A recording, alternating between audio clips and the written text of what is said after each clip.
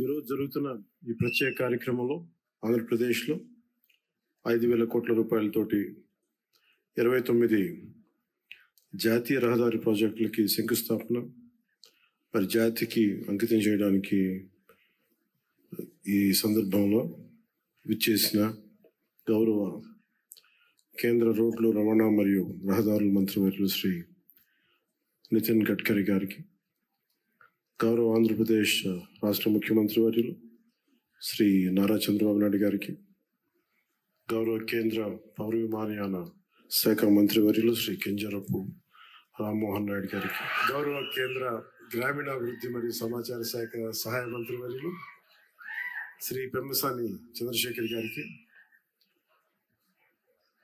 గౌరవ కేంద్ర భారీ పరిశ్రమల మరియు ఉక్కు శాఖ సహాయ మంత్రి వర్యులు శ్రీ భూపతిరాజు శ్రీనివాసవరం గారికి, గౌరవ ఆంధ్రప్రదేశ్ రాష్ట్ర రహదారుల భవనాలు మరియు మౌలిక వస్తువుల పెట్టుబడుల శాఖ మంత్రివర్యులు శ్రీ బీసీ జనార్దన్ రెడ్డి గారికి, ఆరోగ్య వైద్య శాఖ మంత్రి వైద్య శాఖ మంత్రి శ్రీ సత్యకుమార్ యాదవ్ గారికి, మనం గౌరవ పార్లమెంట్ సభ్యులు శ్రీ దగ్గుపాటి పురంధేశ్వరి గారికి, అలాగే మిగతా గౌరవ పార్లమెంటేరియన్స్ అందరికీ, ఇక్కడికి విచ్చేసిన తెలుగుదేశం, జనసేన, భారతీయ జనతా పార్టీ నాయకులకి, ప్రజలకి, ప్రతి ఒక్కరికి నా హృదయపూర్వక నమస్కారాలు. ఈరోజు జరుగుతున్నది కేవలం రోడ్లు వేయడం మాత్రమే కాదు, ఇది మన భారత్ అభివృద్ధికి, ఐక్యతకి, మెరుగైన భవిష్యత్తుకి చాలా బలమైన పునాది.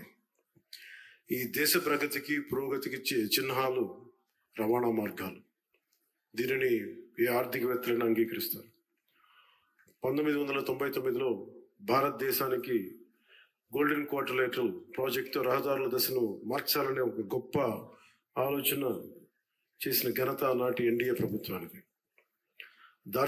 దార్శనికులు భారతరత్న శ్రీ అటల్ బిహారీ వాజ్పేయి గారికి మానసపుత్రికగా మొదలైన గోల్డెన్ క్వార్టర్లేటరల్ ప్రాజెక్ట్ దేశ రహదారుల దిశనే మార్చిన గొప్ప ముందడు.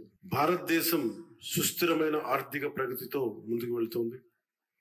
ప్రపంచమంతా నేడు భారతదేశ సంతులిత ఆర్థిక వృద్ధిని చూసి అందరూ ఆశ్చర్యపడుతూ ఉన్నారు. ప్రపంచంలోని అత్యంత ప్రజాదరణ కలిగిన నాయకులుగా గుర్తింపు తెచ్చుకున్న గౌరవ ప్రధానమంత్రి శ్రీ నరేంద్ర మోదీ గారి సారథ్యంలో భారతదేశం $4.18 ట్రిలియన్ జీడిపి తోటే ప్రపంచంలోనే 4వ అతిపెద్ద ఆర్థిక వ్యవస్థగా రూపాంతరం చెందింది. ఇది నూతన భారతదేశ ఔన్నత్యాన్ని ప్రపంచానికి చూపించే ఒక మైలురాయి. వికసిత్ భారత్ 2047 లక్ష్యాన్ని చేరుకునే దిశగా ఇది చాలా గొప్ప అడుగు.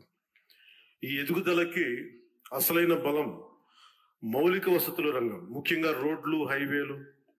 ఈ రంగంలోకి వచ్చిన భారీ మార్పులకి కేంద్ర బిందువుగా ఉన్నది గౌరవ కేంద్ర రహదారుల మరియు రవాణా శాఖ మంత్రివర్యులు శ్రీ నితిన్ గడ్కరీ గారు. ఆయనకున్న దూరదృష్టి, పట్టుదల, పనితీరులోని ఖచ్చితత్వం ఆయనని ఎంతో ప్రత్యేకంగా నిలిపాడు.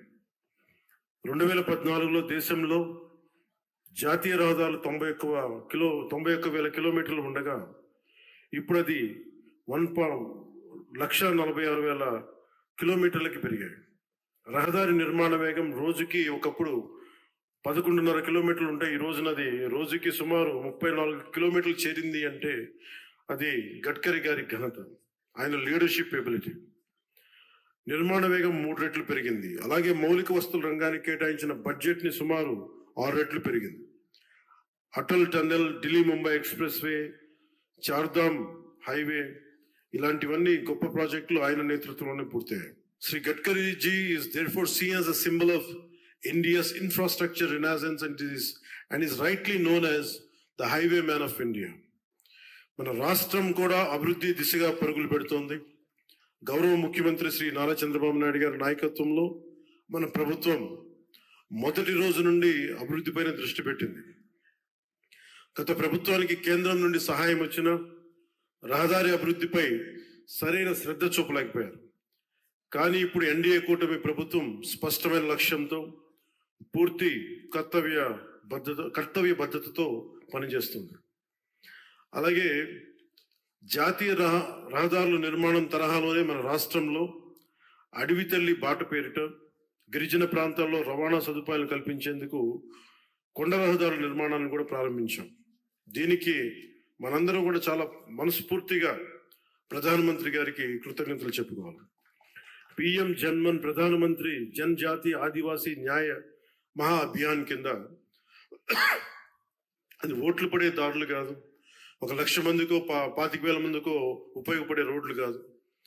కానీ అభివృద్ధి పథంలో అందరూ బాగుండాలి, అందరూ దీంట్లో భాగస్వామ్యం తీసుకోవాలి అనే ఒక సదుద్దేశంతో ఈ పిఎం జన్మన్ కింద ప్రధానమంత్రి గారు దగ్గర నుంచి పిఎం జన్మన్ పథకం కింద కేంద్ర ప్రభుత్వం నుంచి 550 కోట్ల రూపాయలు మనకు వస్తే 50 కోట్ల రూపాయలు మన ఆంధ్రప్రదేశ్ నుంచి, నరేగా నుంచి దాదాపు 500 కోట్ల రూపాయలతోటి ఈ రోజున అడవి తల్లి బాటని స్వాతంత్రం వచ్చినప్పటి నుంచి కూడా రహదారులు వేయిన గ్రామాలకి ఈ రోజున డోలీ మోతలతోటి ఇబ్బందులు పడుతున్న ఆ పరిస్థితిని తొలగిస్తూ రవాణా లేని ఏజెన్సీ గ్రామాలని రోడ్లతో కలుపుతున్నాం. దీనికి ప్రత్యేకంగా గౌరవ ముఖ్యమంత్రి శ్రీ నారా చంద్రబాబు నాయుడు గారికి కృతజ్ఞతలు తెలుపుకోవాలి. వారికి ఒకటే తెలియజేశాను, ఈ డోలీ మోతలు చాలా ఇబ్బందులు ఉన్నాయి సార్. కనీసం మనకున్న ఈ ఆర్థిక ఇబ్బందుల్లో కనీసం మీరు ఒక 50 కోట్లు కానీ రిలీజ్ చేయగలిగితే కనీసం కొన్ని గ్రామాలకైనా మనం చేయొచ్చు అంటే చాలా పెద్ద మనసుతోటి ఆ రోజున ఆయన ఆ 50 కోట్ల విడుదల ఈ రోజున దాదాపు మనం 1000 కోట్లుకి రోడ్లు వేయగలిగే స్థాయిలో ఉన్నాం. అందుకే మనస్ఫూర్తిగా మన ముఖ్యమంత్రి గారికి నా ధన్యవాదాలు తెలుపుతా ఉన్నాం. అలాగే ఇప్పుడు మనం ఈ రహదారులు కేవలం ప్రయాణ సౌలభ్యం కోసం మాత్రమే కాకుండా ఎకో టూరిజం అభివృద్ధికి, యువతకి ఉపాధి అవకాశాలకి మార్గం వేస్తున్నాయి. ప్రకృతి సౌందర్యాన్ని కాపాడుతూ నిర్మించిన ఈ మార్గాలు మన రాష్ట్ర అభివృద్ధికి గర్వకారణంగా నిలుస్తున్నాయి. ప్రాజెక్టులు పర్యావరణ సమతుల్యతకు భంగం కలగకుండా ముందుకు సాగేందుకు అటవీ అనుమతులతోనే అత్యంత జాగ్రత్తతో ప్రణాళికలు రూపొందిస్తూ కొనసాగిస్తున్నాం. మోదీ గారి దృష్టి, గడ్కరీ గారి కృషి, గౌరవ ముఖ్యమంత్రి చంద్రబాబు గారి సంకల్పంతో ఈ ముగ్గురి నేతృత్వంలో మన రాష్ట్రం, మన దేశం అన్ని రంగాల్లో పరిగెడుతుంది. అభివృద్ధిపై ప్రతి ఒక్కరు కూడా ఈ భాగస్వామ్యంలో మీరు చేరాలి, అన్ని ప్రాంతాలు అభివృద్ధి చెందాలనేదే మన లక్ష్యం. ఈ మంచి రోడ్ల వల్ల సరికొత్త పరిశ్రమలు, ఉత్పత్తి యూనిట్లు, IT industry, electronic, logistic hubs, food processing parks రాష్ట్రంలోకి వస్తాయి. ఇది రాష్ట్ర ఆర్థిక వ్యవస్థని బలంగా చేయడంతో పాటు దేశ ప్రగతికి మరియు దేశ జీడిపి వృద్ధికి మన వంతు కృషిని అందించడమే లక్ష్యం. ఇవి భారతీయుల ఐక్యతని, సమగ్రతని ప్రతిబింబిస్తాయి. మన ఆత్మబలంతో నిర్మితమైన ప్రగతికి మార్గదర్శక దీపాలు, రేపటి తరాలకి మనం అందించే ఒక బలమైన వారసత్వపు ఆస్తి. ఈ సందర్భంలో నేను మీ అందరినీ ఒకటే కోరుకుంటా ఉన్నాను. గత ప్రభుత్వాన్ని చూశారు, కూల్చివేతలతో మొదలైన ప్రభుత్వం, రోడ్లు వేయని ప్రభుత్వం, కనీసం రహదారుల్లో గుంతలు పూడ్చని ప్రభుత్వం.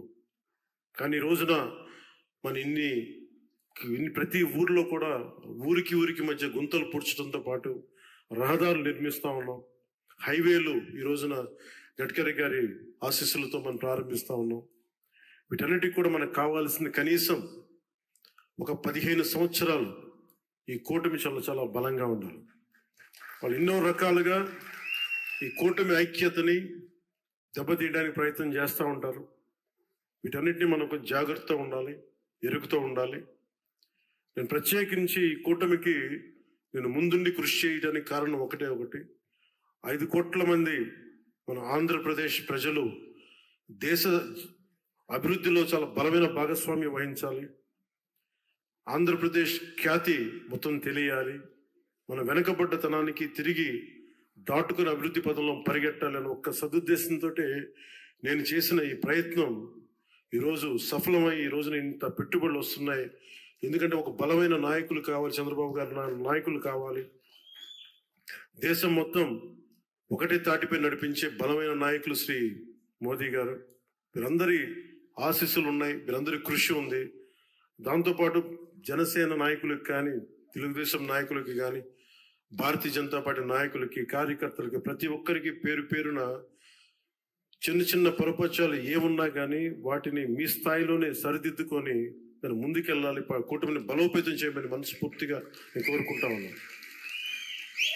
అందుకే మనస్ఫూర్తిగా మరోమారు ధన్యవాదాలు తెలియజేసుకుంటూ ఆంధ్ర అభివృద్ధి పదంలో రాకెట్ స్పీడ్తో వెళ్ళాలని మనస్ఫూర్తిగా కోరుకుంటూ ఇక్కడికి వచ్చిన మీ అందరికీ ప్రత్యేక ధన్యవాదాలు తెలుపుకుంటూ గడ్కరీ గారికి మరోమారు మనపూర్వక ధన్యవాదాలు తెలుపుకుంటూ సెలవు తీసుకున్నాను. జై భారత్, జై హింద్.